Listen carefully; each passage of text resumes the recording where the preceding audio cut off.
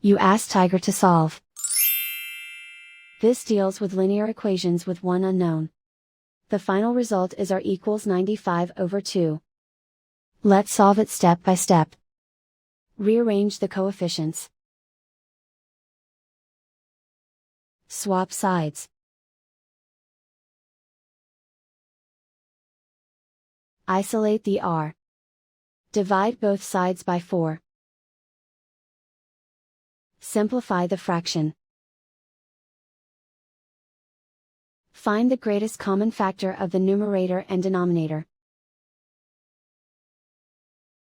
Factor out and cancel the greatest common factor. And so the final result is r equals 95/2.